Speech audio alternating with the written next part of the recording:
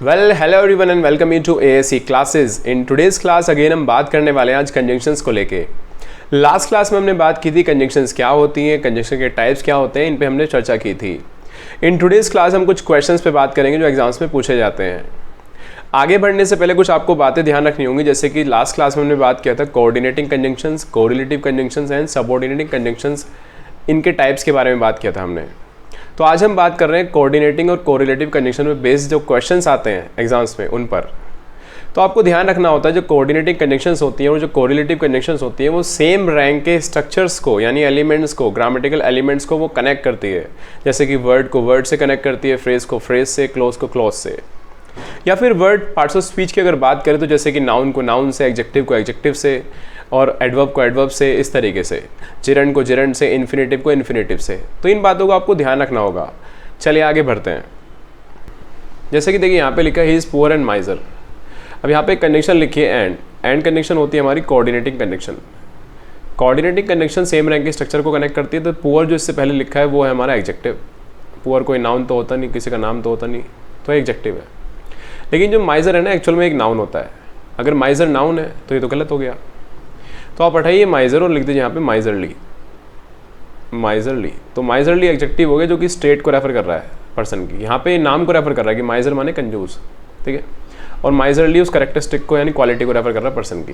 एक ऐसा पर्सन जो कम खर्च करता है, बहुत ज़्यादा बचाता है, ठीक है। तो अब ये माइजरली एडजेक्टिव होता है, अभी सही हो गया, ठीक है। चलिए आगे लिखा they remember going to their village, playing in the garden and to bath in the river. अब यहाँ पे एक वर्ब लिखी है रिमेंबर। रिमेंबर वर्ब है। अब ये जो वर्ब होती है ना रिमेंबर, ये ट्रांजिटिव वर्ब होती है, इसके ऑब्जेक्ट्स होते हैं।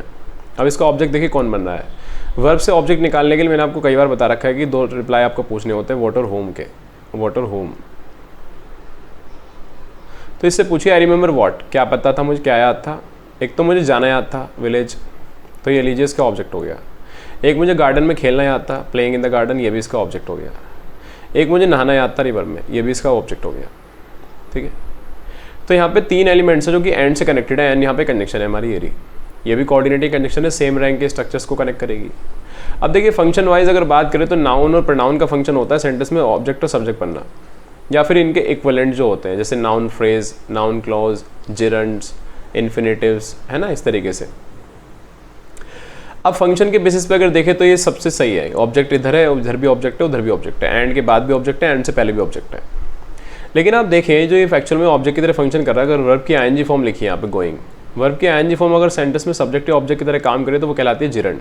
तो ये एक जिरंड है। इसी तरीके से प्लेइंग भी यहाँ पे क्या हो गया, प्लेइंग भी जिरंड कहलाएगा। क्लियर, प्लेइंग यहाँ पे क्या कहलाएगा, जिरंड कहलाएगा। लेकिन ये जो ऑब्जेक्ट है ये पता है किस रूप में, ये इन्फिनेटिव के रूप में। इन्फिनेटिव, इन्फिनेटिव क्या होती है, वर्ब की फॉर्म, वो फॉर्म जिसके साथ टू लगा होता है, टू प्लस वर्ब की फर्स्ट फॉर्म, ऐसे इसे हम बोलते हैं इन्फिनेटिव। ऐसे ये नॉन फाइनाइट वर्ब की कैटेगरी में आती है। अब फंक्शन के बेसिस पे अगर देखें तो ये सही है, लेकिन अगर जो यहाँ पे फंक्शन कर रहे हैं वर्ड्स, यहाँ पे उनका जो स्ट्रक्चर है वो गलत है। यहाँ पे जो जिरंड है ऑब्जेक्ट की तरह काम कर रहे हैं, यहाँ पे इन्फिनेटिव काम कर रहा है ऑब्जेक्ट की तरह। तो इसे भी या तो जिरंड बना दे, बात टू बात को कर दीजिए बाथिंग, या फिर इन दोनों को इन्फिनेटिव बना दीजिए टू गो टू प्ले। तो वहाँ पे जाने की बजाय हम आगे वाले को क्या करेंगे, जिरंड बना देंगे और सिंपली यहाँ पे कुछ नहीं करना है आपको, यहाँ पे लिख देना बाथिंग। ये लीजिए सही हो गया sentence. They remember going to their village, playing in the garden and bathing in the river. Clear, आगे आ जाइए नेक्स्ट क्वेश्चन। सो देखिए कुछ और क्वेश्चन है, जैसे कि लिखा our friends, our education and what we believe have a great impact on our thinking and our actions. ठीक है, तो देखिए यहाँ पे आप देख पा रहे हैं कंडीशन लिखी एंड, ठीक है। इससे पहले लिखा है एक फ्रेज, ये एक फ्रेज है, और यहाँ पे भी क्या लिखा है, एक फ्रेज लिखा है, ये भी एक फ्रेज है। और बाद में एक क्लॉज लगा रखा है हमने व्हाट वी बिलीव, ठीक है। तो ये एक क्लॉज हो गया। अब देख पा रहे हैं ये क्लॉज है, दो फ्रेज है, गलत हो गया। सेम रैंक थोड़ी है, या तो सबको क्लॉज बनाइए, सबको फ्रेज बनाइए। अब मान लीजिए पीछे वाले को आप क्लॉजेस बनाएंगे तो ये हो जाएगा व्हाट आवर फ्रेंड्स डू, है ना, व्हाट एजुकेशन वी गेट, ठीक है, एंड व्हाट वी बिलीव, इस तरीके से। या फिर क्या करें, बाद वाले को आप फ्रेज बना दीजिए। फ्रेज बनाने के लिए कुछ नहीं करना आपको our friends, our education, our beliefs, believe का एक नाउन होता है, उसे यूज़ कर लीजिए, आवर बिलीव्स, ठीक है। Our friends, our education and what our beliefs have a great impact on our thinking and our actions। अच्छा, ये जो एंड लिखा है ये सही कनेक्शन दे रहा है, बाद में फ्रेज लिखा है और इससे पहले भी आर थिंकिंग, ये भी फ्रेज है एक, तो ये सही है, वो पहला वाला गलत था। ठीक है, ये लीजिए सेंटेंस ये भी सही हो गया।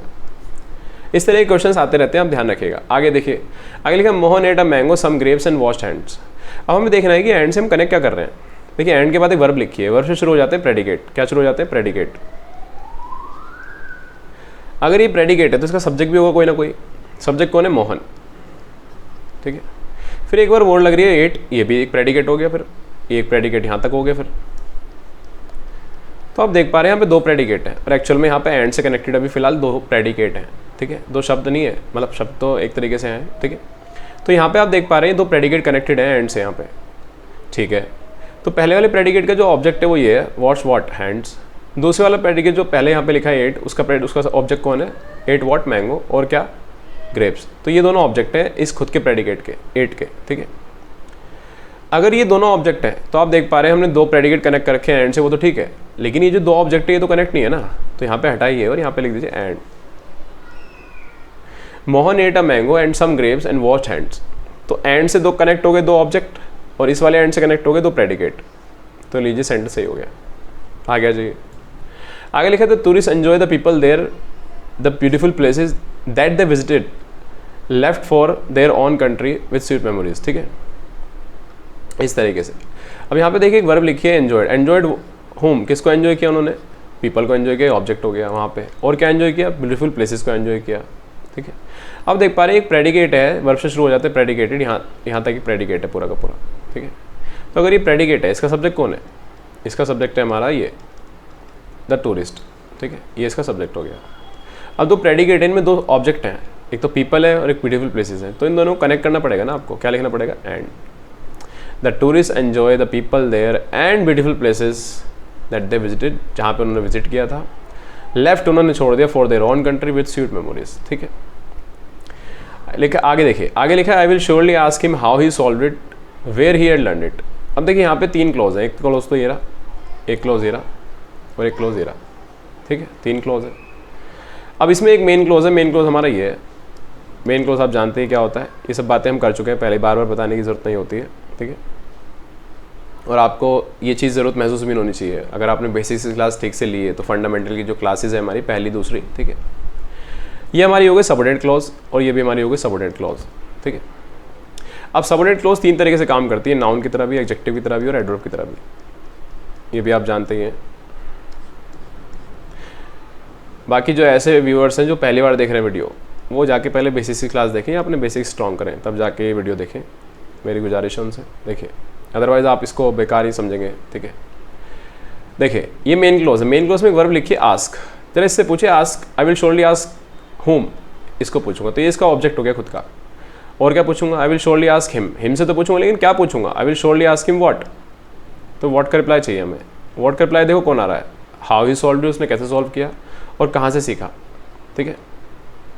Where he had learn it from, इस तरीके से लिख सकते हैं, ठीक है। अब हमने यहाँ पे जो सेंटेंस लिख रखा है कि भाई how he solved it, where he had learn it, इस तरीके से ये दोनों ऑब्जेक्ट हैं और ये सबऑर्डिनेट क्लॉज है। अगर सबऑर्डिनेट क्लॉज ऐसी हैं जो ऑब्जेक्ट की तरह सब्जेक्ट की तरह काम कर रही हैं तो वो नाउन क्लॉज कहलाती है, तो ये नाउन की तरह काम कर रही हैं। अब देखिए दोनों नाउन की तरह काम कर रही हैं, ऑब्जेक्ट की तरह काम कर रही है, सही है सब कुछ, लेकिन 2 ऑब्जेक्ट कनेक्ट करने पड़ेंगे ना एंड से, 2 एलिमेंट्स को कनेक्ट करना पड़ता है भैया एंड से। एक क्यूमुलेटिव कंजंक्शन होती है एंड, उसे लगाना पड़ता है। जिस तरीके से वहाँ पे 2 फ्रेजेस थे ऑब्जेक्ट्स, ठीक है, पीछे ग्रेप्स वगैरह, ठीक है, उसी तरीके से यहाँ क्लॉजेज ऑब्जेक्ट है, इनको भी कनेक्ट करना पड़ेगा। आ गया चाहिए, तो ये सेंटेंस सही हो गया। लिखा they have no other option but this one. अब देखिए हमने बात की थी कोरिलेटिव कंजंक्शंस की, उनके पेयर को लेके, तो हमने पढ़ा था कि अदर के साथ बट नहीं आता, अदर के साथ आता है देन। तो अदर के साथ लगाया करें देन का, अदर देन, रादर देन, इस तरीके से। फिर लिखा we need nothing else than some support. अब एल्स एक एडवर्ब होता है जो कि एक्सक्लूजन को रेफर करता है कि कोई चीज़ एक्सक्लूड कर दी, हमें कुछ नहीं चाहिए सिवाय किसके, कुछ रेस्ट के। तो एल्स के साथ हमने क्या पढ़ा था? एल्स के साथ देन थोड़ी पढ़ा था, एल्स के साथ हमने पढ़ा था बट, तो बट आएगा यहाँ पे। नेक्स्ट पे जाइए, देखिए नेक्स्ट पे क्या लिखा है, नेक्स्ट पे लिखा है they usually rest between 2 PM to 3 PM। अब बिटवीन के साथ आपको पता है कि एंड आता है, लेकिन 2 के बाद आपको 2 के साथ भी आपको पता है कि फ्रॉम आता है। अब क्या यूज़ करेंगे, फ्रॉम यूज़ करेंगे या फिर एंड यूज़ करेंगे? दोनों ही यहाँ पे सही हो सकते हैं फिलहाल, तो कोई कॉन्टेक्स्ट भी नहीं दे रखा इस तरीके से, तो किस तरीके से पहचानेंगे आप? तो देखिए मैं थोड़ा सा बताना चाहूँगा आपको कि बिटवीन के अकॉर्डिंग एंड आता है ना कि एंड के अकॉर्डिंग बिटवीन, ये बात आपको ध्यान रखनी है। इसी तरीके से फ्रॉम के अकॉर्डिंग टू आता है ना कि टू के अकॉर्डिंग फ्रॉम। तो ये भी बात आपको ध्यान रखनी है। तो यहाँ पे हटाइए और इसे एंड को लिख दीजिए, सेंटेंस सही हो गया।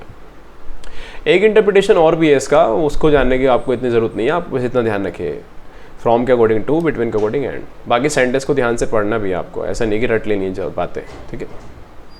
आगे आ जाइए। आगे लिखा है the scheme will not only benefit rural people but also city developers. अब देखिए यहाँ पे एक वर्ब लिखिए benefit, benefit home rural people, ये इसका ऑब्जेक्ट हो गया। और किसको बेनिफिट करेगी? सिटी डिवेलपर्स को भी, जो शहर में रहते हैं। तो दो ऑब्जेक्ट हैं फ्रेज के रूप में, ठीक है। अब नॉट ओनली के बाद आप देख पा रहे हैं, नॉट ओनली के बाद लिखा है यहाँ पे वर्ब और बट ऑल्सो के बाद लिखा है एक ऑब्जेक्ट यानी फ्रेज, और ये भी हमारा एक फ्रेज है ऑब्जेक्ट के रूप में, ठीक है। ये दोनों ऑब्जेक्ट है, दोनों फ्रेज है। वर्ब एक ही है, सब्जेक्ट भी एक है। जब सब्जेक्ट भी एक है, वर्ब भी एक है, लेकिन ऑब्जेक्ट तो है और वो फ्रेज है, तो कनेक्ट करना पड़ेगा सेम रैंक के structure. Not only but also के साथ भी सेम रैंक के स्ट्रक्चर से कनेक्ट होते हैं। अब या तो यहाँ पे भी वर्ब लिखिए बट ऑल्सो के बाद भी, कि भाई बट ऑल्सो के बाद भी हमने क्या लिख दी? वर्ब लिख दी। But also benefit city developers. लेकिन बेनिफिट लिखने का फ़ायदा नहीं, क्योंकि बेनिफिट के खुद के दो ऑब्जेक्ट हैं, ठीक है। तो बेनिफिट बार बार लिखने की जरूरत नहीं है, बेनिफिट तो कॉमन ही है यहाँ पे, ठीक है। तो यहाँ पे क्या करें? दो फ्रेज कनेक्ट कर दें। दो फ्रेज कनेक्ट करने की कुछ नहीं करना आपको, पहले वाले नॉट ओनली को उठाएं यहाँ से और इसको कहाँ लिख दीजिए? बाद में यहाँ। The scheme will benefit not only rural people but also city developers. ये लीजिए, सही हो गया। आगे आ जाइए। देखिए आगे क्या लिखा है? आगे लिखा है he either does this job for his family और हिज पैशन। अब देखिए डज यहाँ पे verb does what? This job, ये इसका ऑब्जेक्ट हो गया, ये इसका सब्जेक्ट हो गया। अब आइदर के बाद आपने लिख रखा है एक वर्ब, फिर लिखा है और। आइदर और एक कंजंक्शन होती है, ठीक है, एक पेयर कंजंक्शन होती है। अब और के बाद लिखा है एक फ्रेज, और ये जो यहाँ पे लिखा है हिज फैमिली, ये भी एक फ्रेज है, ठीक है, ऐसे। लेकिन आप देख पा रहे हैं कि जो फ्रेज है पहला वाला और ये दूसरा है हमारा, पहले वाले फ्रेज के साथ एक प्रेपोजिशन लिखी है। अगर यहाँ प्रेपोजिशन लिखी है तो ये फ्रेज प्रेपोजिशनल फ्रेज कहलाएगा। यहाँ से ऐसे फॉर हिज फैमिली एक प्रेपोजिशनल फ्रेज हो गया। अगर ये प्रेपोजिशनल फ्रेज है तो देख he either does this job why for his family, तो ये वाई का रिप्लाई है, एडवर्ब फ्रेज हो गया। एडवर्ब फ्रेज, वाई का रिप्लाई है ना, एडवर्ब फ्रेज। क्योंकि प्रेपोजिशनल फ्रेज दो तरीके से काम करते हैं, हमने पढ़ रखा है पहले, कि एडजेक्टिव की तरह भी और एडवर्ब की तरह भी। तो ये एडवर्ब वाई का रिप्लाई दे रहा है कि ही आइदर डज, या तो वो काम करता है किसके लिए? फैमिली के लिए, या फिर किसके लिए? फैशन के लिए। तो यहाँ पे भी हमें प्रेपोजिशन लगाने की जरूरत है, फॉर। लेकिन एक्चुअल में वो फॉर यहाँ पे अंडरस्टूड है, और ये भी एक प्रेपोजिशनल फ्रेज ही है, ध्यान रखिएगा। ये भी क्या है? एक पीपी यानी प्रेपोजिशनल फ्रेज। वो फॉर यहाँ पे अंडरस्टूड है, वो कॉमन कर रखा है हमने। तो इसका मतलब दो प्रेपोजिशनल फ्रेज है हमारे पास, और एक ऑब्जेक्ट है, एक वर्ब, एक सब्जेक्ट है।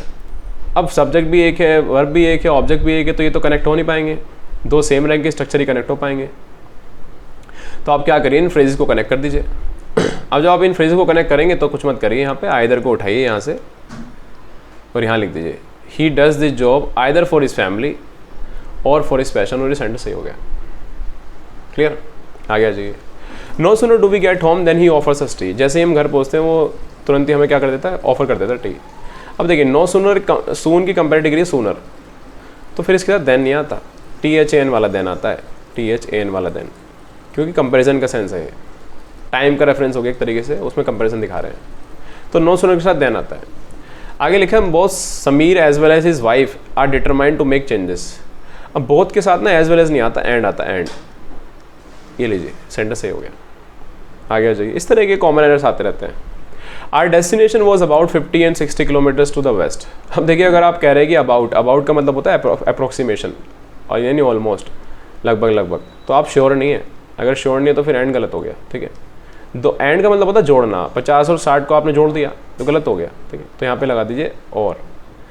आर डेस्टिनेशन वॉज अबाउट 50 और 60 किलोमीटर्स टू द वेस्ट, ऐसे लिखना पड़ेगा आपको, तो ये सेंटेंस यहाँ पे सही हो जाएगा, ठीक है। या तो 50 या फिर कितनी? 60। The newly recruited trainees are brilliant, intelligent, able और कॉन्फिडेंट। अब आप चीज़ों को कनेक्ट करना चाह रहे हैं, आप पॉजिटिव वे में कह रहे हैं कि जो न्यूली रिक्रूटेड ट्रेनीज है वो ब्रिलियंट भी है, इंटेलिजेंट भी है, एबल भी है, और थोड़ी आएगा यहाँ पे, फिर एंड आएगा। आप कनेक्ट कर रहे हैं, एडिशन दिखा रहे हैं, एडिशन दिखा रहे हैं तो एंड आता है। तो जब आपको मल्टीपल चीज़ों को कनेक्ट करना है और वो पॉजिटिव मीनिंग कैरी कर रही हैं, पॉजिटिव मीनिंग, तो फिर आपको एंड का यूज़ करना है। लेकिन यहाँ पे देखिए क्या लिखा है, some students could not spell, pronounce and explain that word. तो कुछ लोग स्पेल भी नहीं कर पाए ठीक है, प्रोनाउंस भी नहीं कर पाए, एक्सप्लेन भी नहीं कर पाए। अब ये नेगेटिव अल्टरनेटिव देना है, यहाँ पॉजिटिव एडिशन देना था ऊपर, यहाँ पे नेगेटिव अल्टरनेटिव देना है। नेगेटिव अल्टरनेटिव के लिए और लगाया करें और, ठीक है। तो यहाँ पे ध्यान रखिएगा नीदर का यूज़, जो हम और का यूज़ करते हैं, एक तो नीदर के साथ करते हैं, ईदर और के साथ, ईदर और, एक minute let me rub it. तो एक तो हम यूज़ करते हैं ईदर और के साथ, ईदर और, नीदर नॉर, या फिर हम यूज़ करते हैं किसी दूसरे नेगेटिव वर्ड के साथ, ठीक है। एक मिनट जस्ट अ सेकंड यार, ये काम नहीं कर रहा ठीक से। चलो मैं दोबारा से बताता हूँ। देखिए, सॉरी फॉर दैट, यहाँ पे हमें और लिखना पड़ेगा एंड को हटा के, क्योंकि अल्टरनेटिव दे रहे हैं हम नेगेटिव। तो हमने पढ़ा है कि भाई नेगेटिव अल्टरनेटिव के लिए नाइदर नॉर का यूज़ करते हैं, है ना, इस तरीके से। लेकिन यहाँ पे नाइदर तो लिखा ही नहीं, अब इसका मतलब थोड़ी नाइदर लिख देंगे आप। नाइदर एक नेगेटिव वर्ड होता है अपने आप में, इसको अवॉइड कीजिएगा ऊपर वाले को, यहाँ को, ठीक है। नाइदर एक नेगेटिव वर्ड होता है जिसके साथ नॉन लगाते हैं नेगेटिव अल्टरनेटिव देने के लिए, नेगेटिव। लेकिन अगर कोई नाइदर के अलावा कोई दूसरा वर्ड हो, जैसे कि नॉट हो गया, नन हो गया, है ना, इस तरीके से एक्सेट्रा, तो इसके साथ फिर और लिखा करें, और, ठीक है। चलिए आगे चलिए। It is disappointing not only to the players and spectators, ना कि ये डिसअपॉइंटिंग है प्लेयर्स के लिए ना और एक्सपेक्टेटर्स के लिए, यानी दर्शकों के लिए, but to the organisers and advertisers as well as who stand to lose financially, ये कह रहे हैं। तो देखिए नॉट ओनली के बाद क्या लिखा है, not only to the players, ना ही एक्सपेक्टेटर्स के लिए, एक्सपेक्टेटर्स के लिए और प्लेयर्स के लिए भी, ना कि बल्कि ऑर्गेनाइजर्स के लिए भी था ये क्या, डिसअपॉइंटिंग। तो फिर बट के साथ ना टू नहीं आता, यहाँ पे क्या आता है, ऑल्सो। एक मिनट, टू को तो रहने दीजिए यहाँ पे, बट ऑल्सो टू, यहाँ पे लिख दीजिए बट ऑल्सो, ठीक है। It is disappointing not only to the players and spectators but also to the organisers and advertisers, ठीक है। आगे जाइए। India's banking sector is stagnant and faces neither increase nor decrease, nor आएगा यहाँ पे, nor, ठीक है, यहाँ पे आएगा नॉर, ठीक है। यहाँ आ जाइए आगे। None of the candidates could answer nor even understand that question. अब देखिए मैंने क्या बताया था कि कोई भी नेगेटिव दूसरा वर्ड आया तो वहाँ पे नॉर नहीं आएगा, यहाँ पे लगाइए और, ठीक है। ये लीजिए सेंटेंस सही हो गया।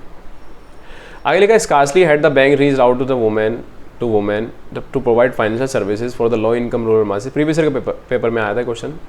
Then the entire bank system change, यानी जो ही वो पहुँचे, बैंक पहुँचे वुमेन के पास उसे फाइनेंशियल सर्विसेज प्रोवाइड कराने के लिए, तभी थोड़े टाइम बाद क्या हुआ, एंटायर बैंक सिस्टम चेंज हो गया, ठीक है।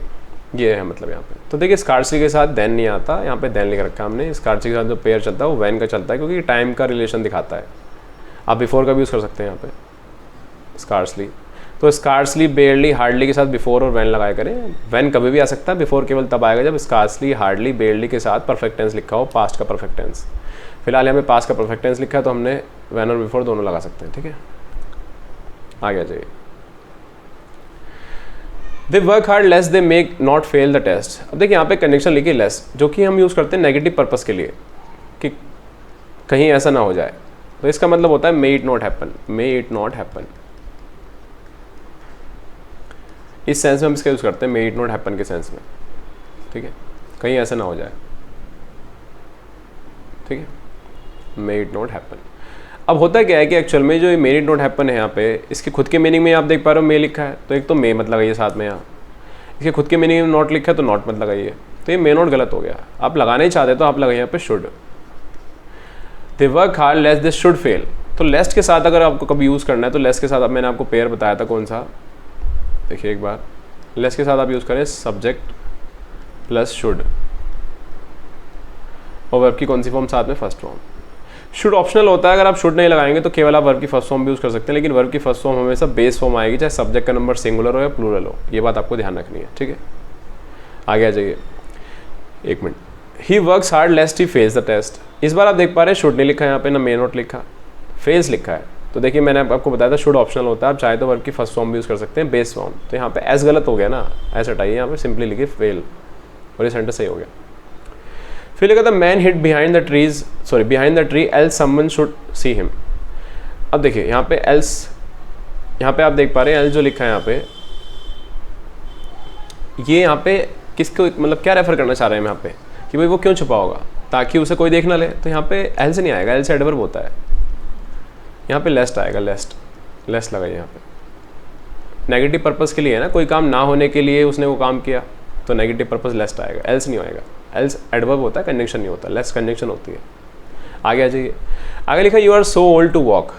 अब देखिए तुम इतने बूढ़े हो कि तुम चल नहीं सकते, तो ये जो इन्फिनेटिव लिखा है ना हमने टू के साथ और की फर्स्ट फॉर्म इन्फिनेटिव, ये इन्फिनेटिव नेगेटिव बनाना है हमें। अगर नेगेटिव बनाना तो नेगेटिव पॉइंट ऑफ व्यू देने के लिए सो का यूज़ मत करिए, टू का यूज़ करिए। टू के साथ टू आता है ऐसे, ये आपने पढ़ा होगा, ठीक है, तो टू का यूज़ करिए। टू का मतलब होता है मोर देन नीडेड, ये नेगेटिव एडवर्ब होता है एक तरीके से, ये highest negative point of view को रेफर करता है, ठीक है। जैसे मैंने कहा यू आर टू डिसऑनेस्ट, बहुत ज़्यादा तुम ईमानदार हो नहीं हो, ठीक है, यू आर टू डिसऑनेस्ट, ठीक है। इट्स टू अगली, ये बहुत ज़्यादा अगली है, ठीक है। You are too old that you can run fast. अब हम क्या करते हैं कि जो टू के साथ हम टू यहाँ पे लिखते हैं ना इन्फिनेटिव और की फर्स्ट फॉर्म लगा के, ये हम नेगेटिव मीनिंग कैरी करने के लिए यूज़ करते हैं टू का यहाँ पे, ठीक है। हम चाहे तो इसी बात को सो के साथ और दैट के साथ भी एक्सप्रेस कर सकते हैं। फिर दैट के साथ जो क्लॉज बनेगी, दैट कंजंक्शन होती है, तो वो नेगेटिव क्लॉज होगी। कैसी क्लॉज होगी? नेगेटिव। अगर ये नेगेटिव क्लॉज ने ही मीनिंग एक्सप्रेस कर दिया नेगेटिव, तो फिर यहाँ पे सो का यूज़ करते हैं ना कि टू का, ठीक है। तो जब भी कभी इस तरीके से स्टेटमेंट लिखिए you are too old that you can run fast, तो आप देख पा रहे हैं बाद वाली जो स्टेटमेंट है वो खुद ही नेगेटिव है पहले से ही। अगर पहले से नेगेटिव तो यहाँ पे टू मत लगाइए, फिर यहाँ पे लगा दीजिए so, you are so old that you can run fast. तो इसका सेम मीनिंग वही होगा जो टू टू का होता है। हम ऊपर वाले को भी लिख सकते हैं ऐसे ही, you are so old to, you are too old to walk. एक तो ऐसे, एक हम बोल सकते हैं you are so old that you can't walk. Clear? आगे आ जाइए, we are too glad to meet you. इस बार आप देख पा रहे हैं कि हमने यहाँ पे टू मीट यू लिख रखा है, इसका मतलब ये नेगेटिव हो गया बात, क्योंकि हमने टू लिख रखा है कि हम इतने खुश हैं कि तुमसे मिल नहीं सकते, जबकि बेतु का मीनिंग हो गया। अगर हम लिख के देखें तो इसे ऐसे लिखा जाएगा, we are so glad, we are so glad that we can't meet you. तो ये तो नेगेटिव मीनिंग हो जाएगा फिर, जबकि ये मीनिंग तो अटपटा है। जबकि एक्चुअल में हमें लिखना ऐसा था कि we are so glad that we can meet you, यानी पॉजिटिव मीनिंग देना है। तो पॉजिटिव मीनिंग के लिए आप टू का यूज़ मत किया कीजिए, आप यूज़ कीजिए वेरी का, वेरी का। तो यहाँ पे वेरी का यूज़ करिए, we are very glad to meet you, बहुत हम आभारी हैं, खुश हैं तुमसे मिलने के लिए, ठीक है। आप ये भी यूज़ कर सकते हैं we are glad enough, we are glad enough, enough का यूज़ भी कर सकते हैं ऐसे, we are glad enough to meet you, ठीक है। आगे आ जाइए, लिखा you are as wise as Sohan. अब देखिए एक फॉर्मेशन होती है सिमली की, सिमली जिसमें एज यूज़ होता है और एक होता है सो एज। सो का यूज़ केवल नेगेटिव पॉइंट ऑफ व्यू में होता है, ठीक है। सो का यूज़ केवल नेगेटिव पॉइंट ऑफ व्यू में करें आप, और एज का यूज़ आप नेगेटिव में और पॉजिटिव में दोनों में कर सकते हैं, चाहे नेगेटिव बात हो रही हो या पॉजिटिव, मतलब नेगेटिव स्टेटमेंट हो या पॉजिटिव, लेकिन सो का यूज़ केवल नेगेटिव में, ठीक है। ये कभी कभी ना ये हमारा पेन काम नहीं करता कभी कभी ठीक से, नेगेटिव, ठीक है, इस तरीके से। अब देखिए यहाँ पे एज के बाद सो गलत हो गया, यहाँ पे लिखिए as, you are as wise as Mohan, तुम भी उतने ही वाइज जितना कि मोहन, ठीक है। लिखा है most beauty products are not so good like they are advertise. अब देखिए नेगेटिव के साथ सो तो सही है, चलो ये, लेकिन लाइक नहीं आएगा, यहाँ पे आएगा एज, ठीक है। लाइक का यूज़ मत करें, एज का यूज़ करें।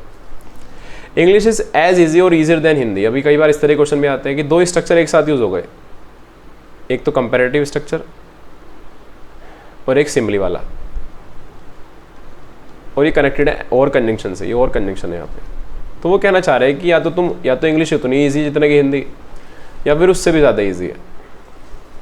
तो हम दोनों बातों को एक ही सेंटेंस में रख रहे हैं, तो ये अपने आप में कंप्लीट होने चाहिए स्ट्रक्चर। कंप्लीट होने का मतलब ये हो गया कि कंपैरेटिव के साथ देन आता वो तो सही है, लेकिन यहाँ पे फिर ईजी के साथ एज ईजी एज आएगा ना यहाँ पे, अब ये सही हुआ जाके, ठीक है। नेक्स्ट पे आ जाइए, नेक्स्ट पे लिखा है English is easier if not as easy as Hindi. अब ये भी एक स्ट्रक्चर होता है, इफ यहाँ पे कनेक्शन है, यहाँ पे कंपैरेटिव डिग्री हो गई, ठीक है, यहाँ पे सिमली हो गया।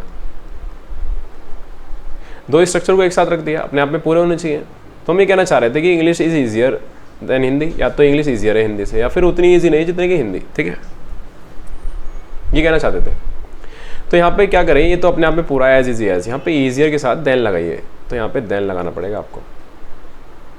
अब ये सही हो गया, English is easier than if not as easy as Hindi. Clear? इस तरह के क्वेश्चंस आते हैं, नेक्स्ट क्लास में और भी बेहतर क्वेश्चंस पे बात करेंगे। आज तो केवल हमने कोरिलेटिव और कोऑर्डिनेटिव कनेक्शंस के क्वेश्चंस पे बात की। आगे भी कुछ मिक्स क्वेश्चंस आएंगे, आगे देखते रहिएगा आप, बने रहेगा क्लासेस। सो इस क्लास को आज यहीं पे विराम देते हैं। Thank you so much for watching.